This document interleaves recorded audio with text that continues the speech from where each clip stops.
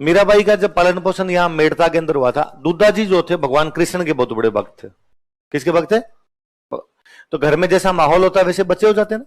अपने घर में शिव जी की पूजा हो रही है तो अपना शिव जी के प्रति अट्रैक्शन रहेगा, विष्णु की पूजा हो रही है विष्णु के प्रति। अब मीराबाई के घर में कृष्ण भगवान की पूजा हो रही है तो मीराबाई को कौन से भगवान अच्छे लगेंगे? कृष्ण। तो टाबर थी तभी अपने दादाजी के साथ में मंदिर में जाया करती थी। एक दिन दोनों मंदिर से पूजा करके दादा पोती बाहर निकल रहे थे और इतने में वहां से एक बारात निकल रही थी। बारात निकल रही थी तो राजा रुक गए, राजा दुद्धा जी राजा थे वहां के, रुक गए, बारात निकल जाए फिर चलेंगे अपने घोड़े वोड़े लेके। तो मीराबाई ने बच्ची थी तो स्वाभाविक उत्सुकता से पूछा कि ये इतने लोग क्यों इकट्ठे हो गए, ये क्या है आज भाई? तो उनका ये आज बारात जा रही है। किसकी बारात जा रही है? घोड़ी पे दूल्हा बैठ के जा रहा था। तो ये देखिए जो घोड़ी पे बैठा ये दूल्हा है। नए कपड़े क्यों पहन लिए इसने? इसकी शादी है आज। किससे होगी इसकी शादी? नाम बताया, वो फलाने जो दीदी है उनके साथ शादी होगी। यूं बच्ची ने पूछते पूछते पूछ लिया मेरी भी शादी होगी? तो कहा हाँ तेरी भी शादी करेंगे। मेरा दूल्हा कौन होगा? तो दादाजी को लगा यार अब बच्ची को क्या जवाब दिया जाए कि होगा तेरा भी कोई दूल्हा होगा। नहीं मुझे अभी बताओ कौन होगा। तो उन्होंने लगा क्या नाम लिया जाए। तो भगवान कृष्ण के सामने खड़े थे तो कहा ये है तेरा दूल्हा। मीराबाई इस बात को सीरियस ले गए। मीराबाई भगवान कृष्ण को अपना पति मानते थे। शादी हो गई, यहां मेड़ता रहे तब तो ठीक है, भगवान कृष्ण वाला माहौल था, घर के अंदर पूजा करते रहे। शादी करके जब मेवाड़ गए तो मेवाड़ वालों में तो भगवान कृष्ण का इतना था नहीं, वो एकलिंग नाथ की जय बोलने वाले लोग सारे के सारे वहां पे। पर मीराबाई ने जाके भोजराज जी को कहा, अपने पति भोजराज जी कहा कि भाई देखो मेरा सांसारिक दीन दुनिया में कोई लेना देना नहीं है, मेरा इस संसार में कोई मन भी नहीं लगता है, मेरा एकमात्र मन लगता है तो कृष्ण की भक्ति में लगता है, मेरो तो गिरधर गोपाल दूसरों ना कोई। तो मैं ये कृष्ण भक्ति करना चाहती हूँ। क्योंकि अब संसार में जन्म लिया एक मानव के रूप में आई हूं इसलिए शादी ब्याह ये सब काम भी करना ही है, लेकिन फिर भी ये कोई गृहस्थी मेरे संसार में मेरा कोई है नहीं विश्वास ज्यादा। भोजराज बहुत भले आदमी थे, भोजराज जी ने कहा कोई दिक्कत नहीं, आप तो अपने भगवान की भक्ति किया करो, आपको इन सांसारिक चीजों में पड़ने की भी आवश्यकता नहीं। तो उन्होंने खूब सपोर्ट किया मीराबाई को।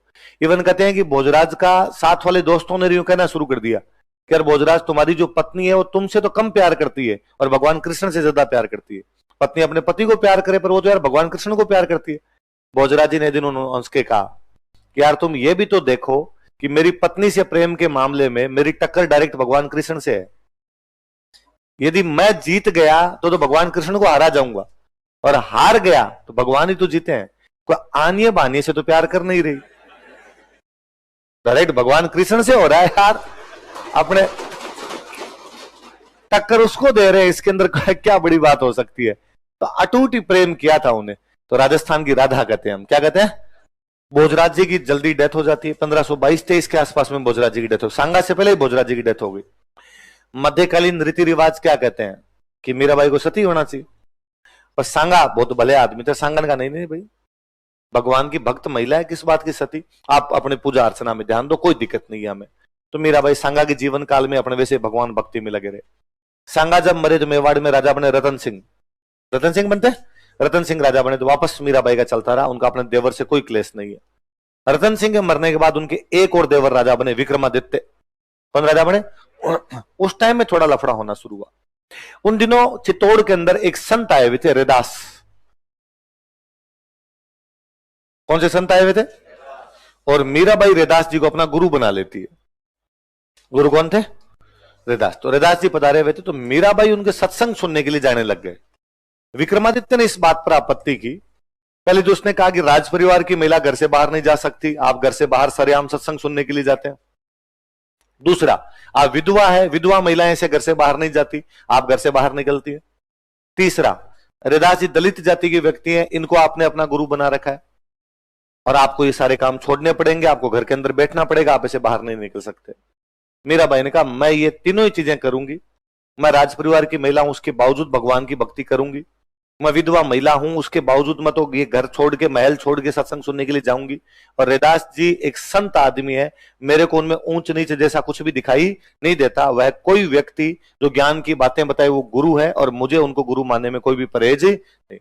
सब भगवान की संतान है, इनके अंदर ऊंचा नीचा नाप की कोई भी चीज नहीं होती। आपको जो अपना डिसीजन लेना लीजिए, मैं ये सब करूंगी। मुझे लगता है दुनिया में पहली महिला मीराबाई रही होगी जिन्होंने कहा होगा माई लाइफ माई चॉइस।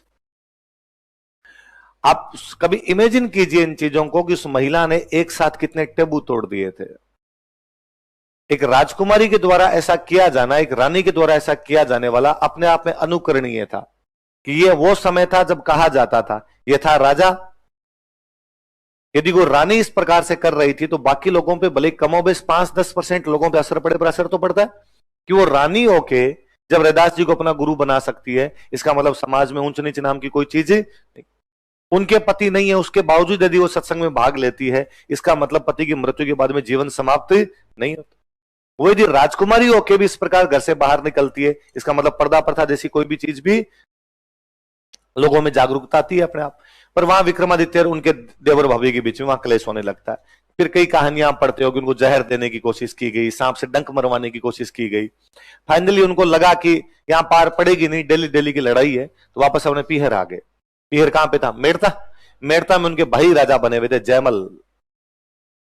दुद्धा के बेटे हुए वीरमदेव, वीरमदेव का बेटा जयमल। जयमल वही जो चित्तौड़ के तीसरे साके में जयमल पत्ता पड़ता है, मेड़ता का राजा जयमल। जयमल का जन थे भाई। रतन सिंह की बेटी है मीरा, रतन सिंह के भाई है वीरमदेव, वीरमदेव का बेटा कौन है? जयमल। तो काका चाचा ताऊ के हो गए आपस में, एक की बेटी हो गई मीरा और एक का बेटा कौन हो गया? जयमल। या वापस जयमल के पास आ गए। जयमल खुद भगवान कृष्ण के बहुत बड़े भक्त थे। यहाँ कई दिन रहे और फिर एक दिन जयमल को कहा कि जयमल मुझे तीर्थ यात्रा करने के लिए जाना है, भगवान कृष्ण के जो बड़े बड़े केंद्र थे वहां जाना चाहती हूं मैं। वृंदावन जाऊं, मथुरा जाऊं, गोकुल जाऊं, द्वारका जाऊं। राजा की बहन किसी बात की इच्छा प्रकट करे और वो इच्छा पूरी ना हो, फिर किस बात की राजकुमारी? जयमल ने कहा ठीक है पधारिए आप, साथ में इन महिलाओं को और ले जाओ, थोड़ी बहुत ये भी तीर्थ यात्रा करके आ जाएगी। सेना भेज दी साथ में। यहां से बरसाना गए, मथुरा गए, वृंदावन गए।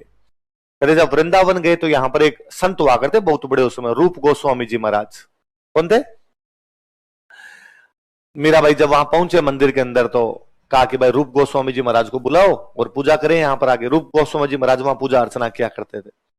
रूप गोस्वामी जी महाराज ने उन दिनों में कसम खा रखी थी कि मैं किसी भी महिला का मुंह नहीं देखूंगा। तो वो सुबह सुबह पूजा करने जाते, तब पर्दा लगा के पूजा करते, चुपचाप अपने कमरे में आके बैठ जाते। फिर मंदिर में महिलाएं भले आ जाओ, पर वो कहते मैं जब तक पूजा करूं कोई भी महिला आनी नहीं चाहिए।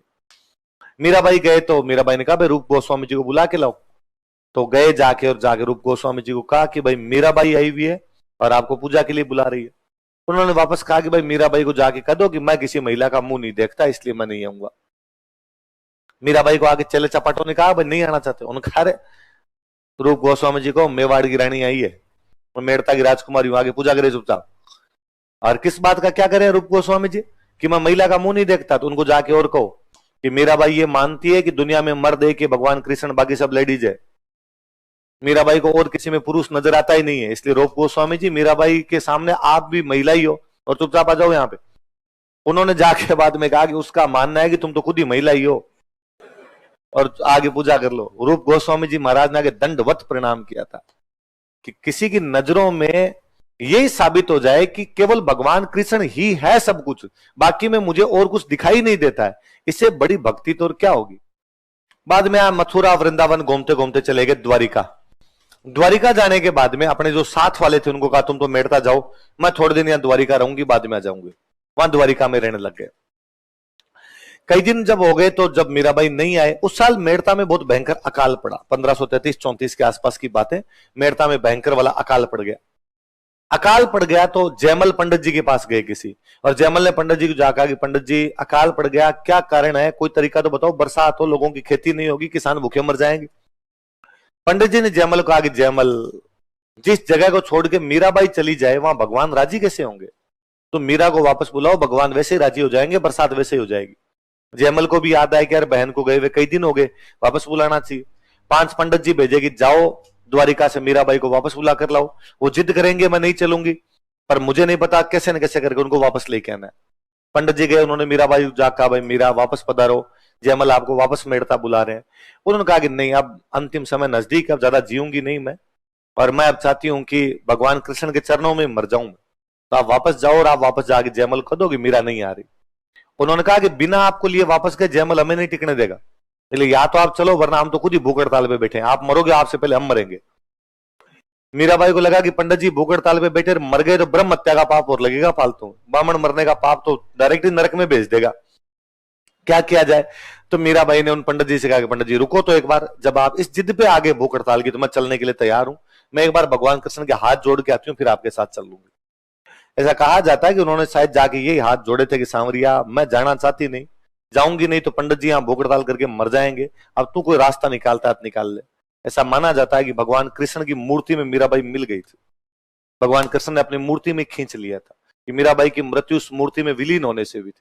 पता नहीं क्या हुआ होगा क्या नहीं हुआ होगा, पर कहते जब कई देर तक बाहर नहीं निकले तो पंडित जी ने और अंदर झांक के देखा तो बाकी पूरी मीराबाई उस मूर्ति में मिल गई थी, उनका दुपट्टा उस मूर्ति में सरकता हुआ जा रहा था।